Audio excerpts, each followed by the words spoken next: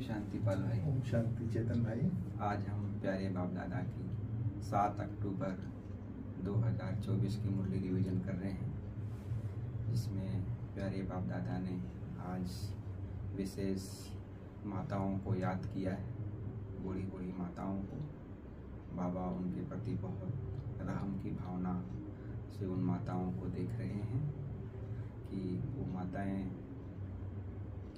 जो बूढ़ी बूढ़ी हैं, अनपढ़ हैं, ज्ञान को इतना विस्तार से नहीं समझ सकती हैं, सृष्टि चक्र के ज्ञान को, वेदों के ज्ञान को इतना नहीं समझ पाती हैं, लेकिन अपने को आत्मा समझ बाप को याद करती हैं।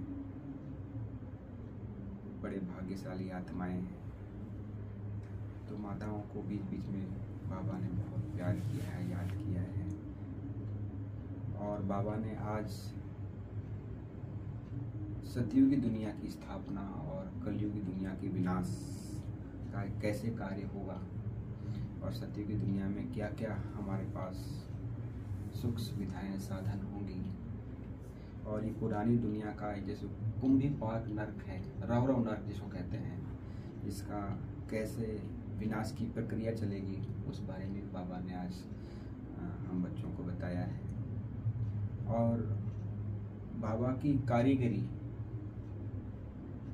हम बच्चों की भी कारीगरी है उसमें, है ना, जो दुनिया को उस कारीगरी के बारे में पता भी नहीं है। दुनिया में अनेक प्रकार के कारीगर हैं, अनेक विभागों के हैं, लेकिन ये जो कारीगरी है, जो मानो पूरी दुनिया को नई, पुरानी दुनिया को नई दुनिया बना देना है, ये कारीगरी भगवान हम बच्चों के द्वारा करवाते हैं। तो ये क्या कारीगरी और किसी को आ नहीं सकती।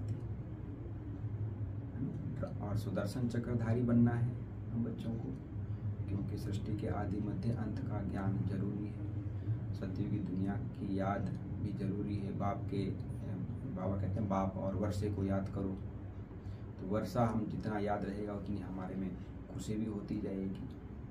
फिर बाबा कहते हैं ये दुनियावी बातों में नहीं जाना है, दुनिया में अनेक प्रकार की बातें हैं, क्योंकि बाबा का ज्ञान इतना रमणीक है, विस्तार से है, और रोज़ रोज़ नई नई बातों के माध्यम से, नए नए उदाहरण के माध्यम से, और नए नए एक शब्द आते हैं बाबा के। आज कारीगरी आया, आज कुंभी पाक नरक आया, कितना मतलब एक एक बात में हम यदि चिंतन करते हैं, सतयुगी दुनिया के बारे में यदि चिंतन करते हैं, हमारे सुख के बारे में यदि चिंतन करते हैं, हमारे प्राप्तियों के बारे में यदि चिंतन करते हैं, तो कितना ना ये ज्ञान महीन गुह्य और रमणीक है।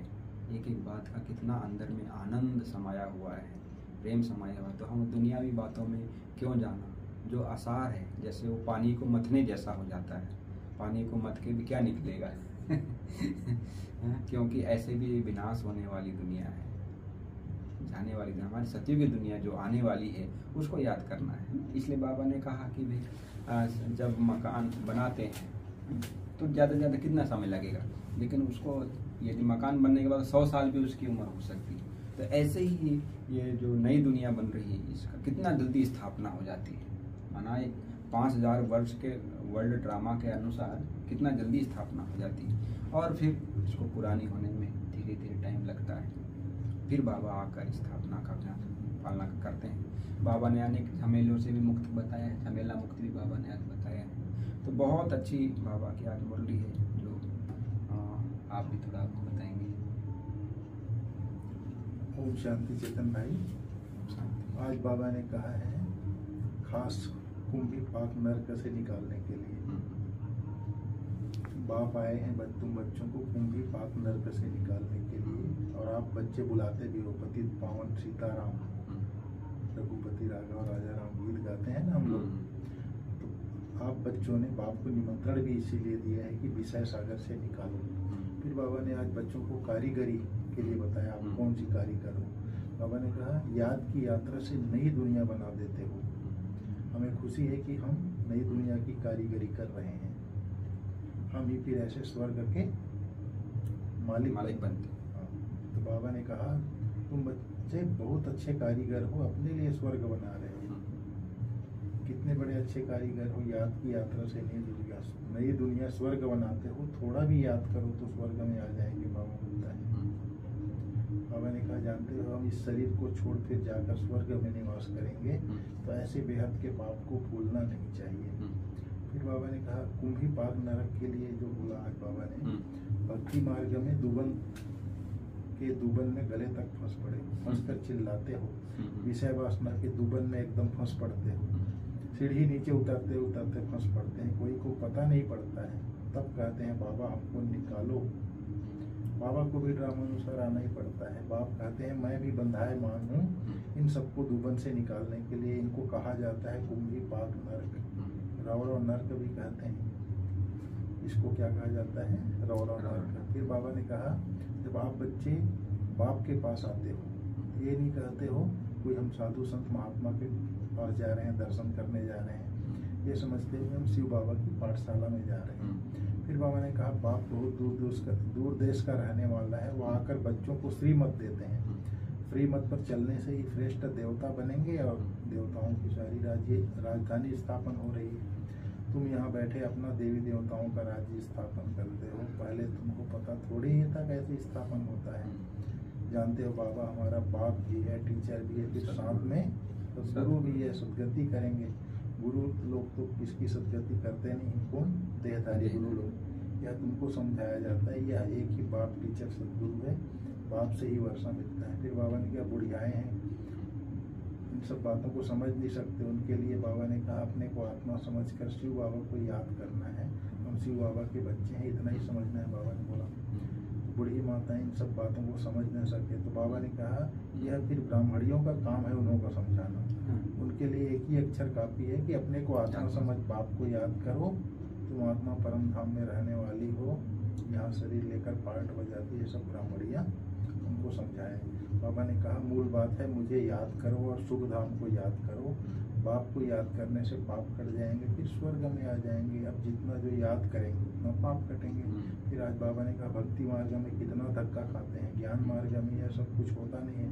उनको कहा जाता है भक्ति ज्ञान देने वाला तो एक के सिवाय दूसरा कोई है नहीं, ज्ञान से ही सदगति होती है। सदगति दाता एक ही बाप है। शिव बाबा को कोई फ्री नहीं कहते, उनको टाइटल की दरकार नहीं। यह तो बड़ाई करते हैं, उनको कहते हैं यह शिव बाबा, तुम बुलाते हो शिव बाबा हम पतित बन गए हैं, हमको आकर पावन बनाओ। इस तरह से भक्ति मार्ग और ज्ञान मार्ग का बाबा ने बताया। फिर बाबा ने कहा ये जो कुंभी पाक नर्क है इससे मैं निकालने के लिए आता हूँ, तुम्हारा कितना ओबीडियंट सर्वेंट हो। बाबा बोलता है अब आप तुमको लक्ष्मी नारायण जैसा बनाते हैं, तुम आधा कल्प राज्य करेंगे, स्मृति में लाओ, ये टाइम बहुत थोड़ा है। बाबा ने कहा जब विनाश का समय शुरू हो जाएगा, मौत शुरू हो जाएगा तो मनुष्य मूझ जाएंगे कि क्या से क्या होने वाला है, फिर हार्ट फेल भी हो जाएगा। बाबा कहता है बाबा ने कहा हम यह लक्ष्मी नारायण जरूर बनेंगे। ऐसा हाथ उठाते हैं बच्चे, हाथ उठाते हैं, तुमको हाथ उठाते देख बुढ़िया आदि भी सब हाथ उठा देती हैं, समझते कुछ नहीं, फिर भी बाप के पास आई है तो स्वर्ग में जाएंगी, परंतु सब ऐसे थोड़े ही बनेंगी। कैसे? कृष्ण के जैसे, लक्ष्मी नारायण के जैसा प्रजा भी बनेंगी। बाप कहते हैं मैं गरीब निवाज हूँ, तो बाबा गरीबों को देख खुश होते हैं। बल्कि कितने भी बड़े से बड़े साहूकार पदमपति हैं उनसे भी यह उच्च पद पाएंगे। कौन पाएंगे? बुढ़ियाएं, वो भी 21 जन्मों के लिए। यह भी अच्छा है, बुढ़िया जब आती है तो बाबा को खुशी होती है, फिर भी कृष्णपुरी में तो जाएंगे ना। यह है रावणपुरी, और जो अच्छी रीति पढ़ेंगे वह कृष्ण को भी गोद में झुलाएंगे, लेकिन प्रजा थोड़ी ही अंदर जाएंगी, वह तो कभी करके दीदार करेगी, जैसे पोप का दीदार करते हैं। फिर बाबा ने कहा अपनी राजधानी स्थापन करने के लिए पुरुषार्थ कर रहे हो, या रावण की राजधानी खलास हो जाना है, तो अंदर में आप बच्चों को कितनी खुशी होनी चाहिए। हम यह स्वर्ग तो हमने यह स्वर्ग अनेक बार बनाया है, फिर राजाई भी ली है, यह याद करो तो भी बहुत अच्छा है। बाबा ने कहा। फिर बाबा ने कहा दुनियावी बातों में समय नहीं गंवाना है, बाप को याद करो, स्वदर्शन चक्रधारी बनो। यहाँ बच्चों को अच्छी रीति सुनकर फिर उभारना है, सिमरण करना है। बाबा ने क्या सुनाया, शिव बाबा और वर्षे को जरूर याद करना चाहिए। बाप हथेली पर बहिष्ठ ले आए हैं, पवित्र भी बनना है, पवित्र नहीं बनेंगे तो सजा खानी पड़ेगी, पद भी बहुत छोटा पा लेंगे। बाबा ने कहा स्वर्ग में उच्च पद पाना है तो अच्छी रीति धारणा करो, बाप रास्ता तो बहुत सहज बताते हैं। फिर बाबा ने कहा बाप की याद में आंखें बंद करके नहीं बैठना है। श्री कृष्ण की राजधानी में आने के लिए पढ़ाई अच्छी रीति पढ़ना है, बाबा ने कहा। फिर बाबा ने आज वरदान में बोला, मन बुद्धि को झमेला से किनारे कर मिलन मेला मनाने वाले झमेला मत करो। कई बच्चे सोचते ही यह झमेला पूरा होगा तो हमारी अवस्था व सेवा अच्छी हो जाएगी, लेकिन झमेले पहाड़ के समान है। पहाड़ नहीं हटेगा, लेकिन जहाँ झमेला हो वहाँ अपने मन बुद्धि को किनारे कर लो, या उड़ती कला से झमेले के पहाड़ के भी ऊपर चले जाओ तो पहाड़ भी आपको सहज अनुभव होगा। झमेलों की दुनिया में झमेले तो आएंगे ही, आप मुक्त रहो तो मिलन मेला मना सकेंगे। झमेला तो आना ही है, आप उड़ती कला से उसको पार कर लो, बाबा बोलता है। फिर बाबा ने आज स्लोगन में बोला, इस बेहद नाटक में हीरो पार्ट बजाने वाले ही हीरो पार्टधारी हैं। बाबा ने कहा हीरो पार्टधारी उसे कहा जाता है जिसका कोई भी एक्ट साधारण न हो, हर पार्ट एक्यूरेट हो, कैसी भी समस्या हो, कैसी भी परिस्थिति हो, लेकिन किसी के अधीन नहीं, अधिकारी बनकर कैसे पार कर रहे हैं, जैसे खेल खेल के पार कर रहे हैं। ये है हीरो पार्टधारी का लक्षण। ठीक है चेतन भाई, ओम शांति।